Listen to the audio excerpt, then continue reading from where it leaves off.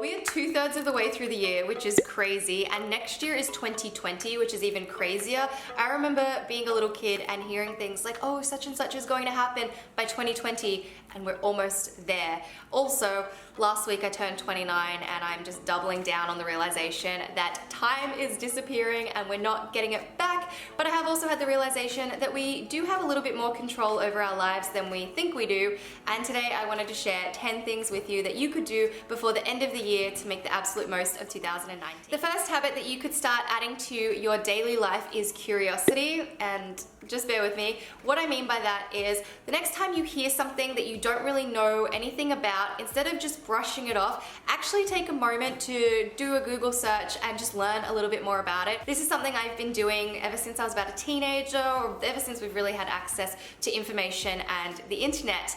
And over the last couple of weeks, I have been doing this so much. I go through phases where I'm just so curious as to how the world works, and so I just find myself constantly searching things every time I hear about something that I don't know anything about. It's a nice way to keep up with current affairs, understand things a little bit more from a science perspective. I've been watching so many more documentaries recently, and this sort of thing can also apply to experiences. Maybe you have an opportunity to do something and you're a bit unsure about it.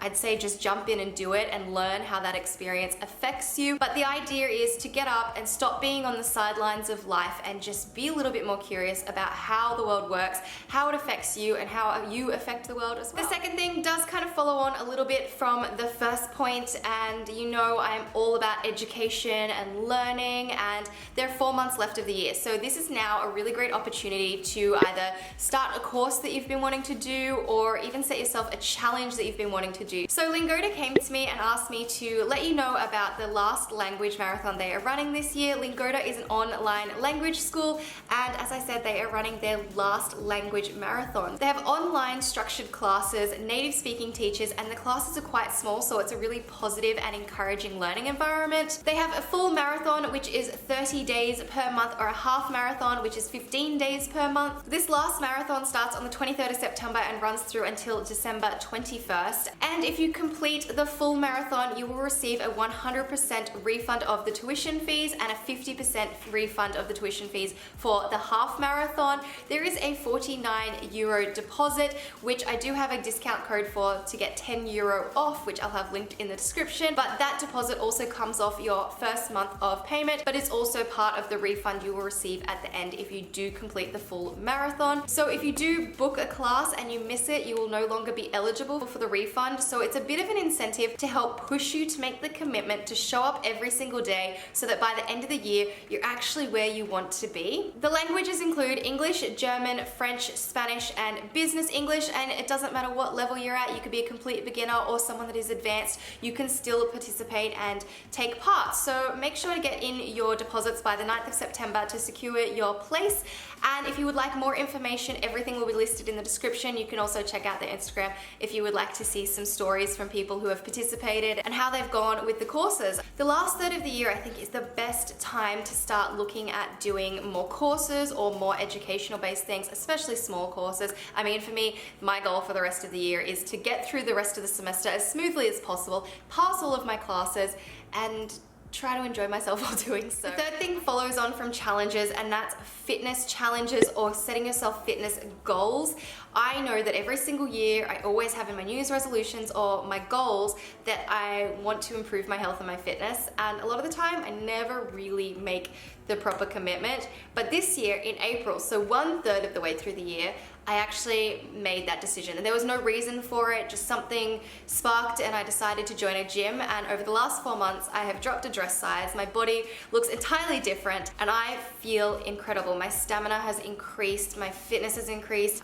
Recently on my holiday, we were doing all of these activities that I know if I had have done 6 months ago, I would have been exhausted. But this time I had so much energy, it didn't wear me out at all, and I felt great. So now that I know what I've achieved over the last 4 months, I can tell you, start now and you will feel like a totally different person in 4 months at the end of the year. And I can't wait to see where I'm gonna be in 4 months, because I will have been 8 months on my journey. So I'm really excited about that, and I just wanted to include that in here because I've just done 4 months so imagine where you could be in 4 months. The next tip is start planning the holidays now. I know that the holidays can be an extremely stressful time for people, and I know a lot of people don't like to think about it because it's very early, but it might be a good opportunity to start budgeting, work out what you need to do if you have travel plans. I travel every Christmas and my flights are like $300 to $500, so it's nice to start thinking about that now so that I can be a little bit more prepared for it when it comes along. I think it's quite nice to start thinking about it now so that you don't have to rush too much at the end and you don't have to overextend yourself or your budget at Christmas because you left things too late. So start thinking about the holidays now and what you need to do. The fifth thing is declutter something that you've been meaning to do. I was thinking about this the other day. I don't have a car anymore, but I thought maybe it's a good opportunity to clean out your car, or for me, I'd like to do either my laundry or my fridge cabinet, my fridge, which I kind of cleaned out my fridge yesterday, but I do need to wash all the inside of my fridge, or the storage cabinet that's just over there because I have so many cupboards that are just full of stuff. Oh, and my uni cupboard too. I've got stuff that I need to sort through for university. Maybe I could do all of it by the end of the year, but even just picking one thing and decluttering it and organizing it is just such a great achievement to do in the next 4 months. So I don't know, what is it that you would like to declutter or organize in your home? The next thing is to take up a hobby if you don't have one, and up until this year I literally didn't have any hobbies. Every spare second I had was either working or working on something that was going to contribute to work later on, and I just realized it's very important to have hobbies and things that we can help us switch off from the busy, mundane daily life and tasks. And so I have lots of plants now. I've been collecting plants this year and I feel like looking after my plants is one of my hobbies. And another one of my hobbies is something that you've seen a million times over, and I'll have these linked in the description, and that's word search books. So this is the first one that I purchased. I got it from Aldi, but you can get it on Amazon, and I will have that linked as I said. And it's just a book full of word searches. I have all of these highlighters. I'll link the highlighters too. I have a couple more left in this book, and then when I was at the airport last week, I purchased a new one that has 600 word searches in it. However, these ones are really small and they're not as fun as the other book, but there's still plenty for me to do, and I just find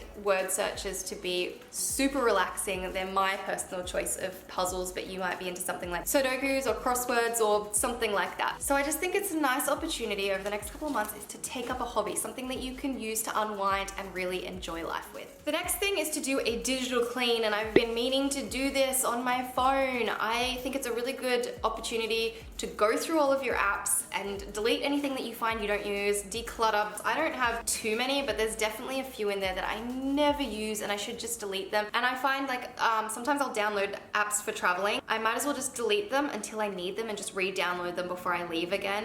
So I'm probably gonna do that because I downloaded a couple apps while I was in Bali. So it's just a nice declutter, but also on that, photos. Like I need to go through my camera roll and seriously clean things out because my camera roll is mostly just screenshots of random stuff of me sending things to my friends. So I need to clean it out and declutter. I have 12,797 photos in my camera roll. I know that's not a lot, but it's also a lot. And I know I don't need that many photos. So yeah, I think I might do a bit of a digital clean out. Oh, another thing to do too is your desktop on your computer. I save everything to my desktop. It is always a mess, and I really should go through my computer and sort out all of my files and make sure that everything digitally is neat and organized. The next thing is to read a book. I have just started a book. This is my first and only book. Kind of, I've read arty type books, but this is my first and only book for 2019. I am not a reader. I'm not a strong reader. I don't really like reading. I get distracted very easily, but this is a super easy book to read, and I am probably 2/3 of the way through it, maybe a bit more, and I've almost finished it in 2 weeks, which is crazy to me. So as someone who is not a reader, this is really easy and I am enjoying it so far. Let me know what you think if you have read this book. I was determined to read something this year, so at least if I don't get anything else done by the end of the year, I've done this one book. So yeah, you've got 4 months, and if you're a slow reader like me, it's plenty of time to read at least one. Number 9 is to reflect on your goals from the start of the year and the New Year's resolutions, everything that you set for yourself in January, and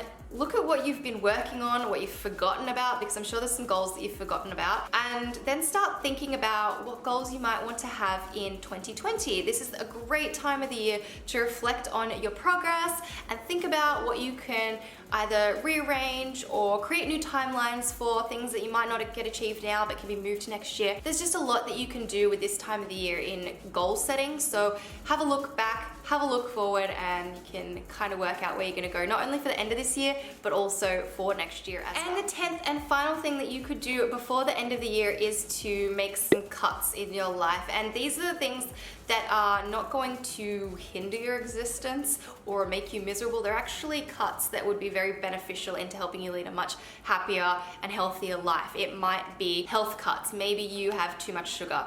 Like, let's be honest, processed sugar, it is really bad for you. You shouldn't be eating it. Maybe you could make some cutbacks there, or maybe you could make some spending cutbacks and budget, and then that way at the end of the year, you might have some extra money to be able to do something that you've been wanting to do, or you've saved something that you've been wanting. I think environmental cuts is a great one. Like, what else can you cut out of your life that's gonna be helpful towards the environment? There are so many things that we all do, but I think we need to aim to keep doing little things. We don't have to be perfect. No one has to be perfect.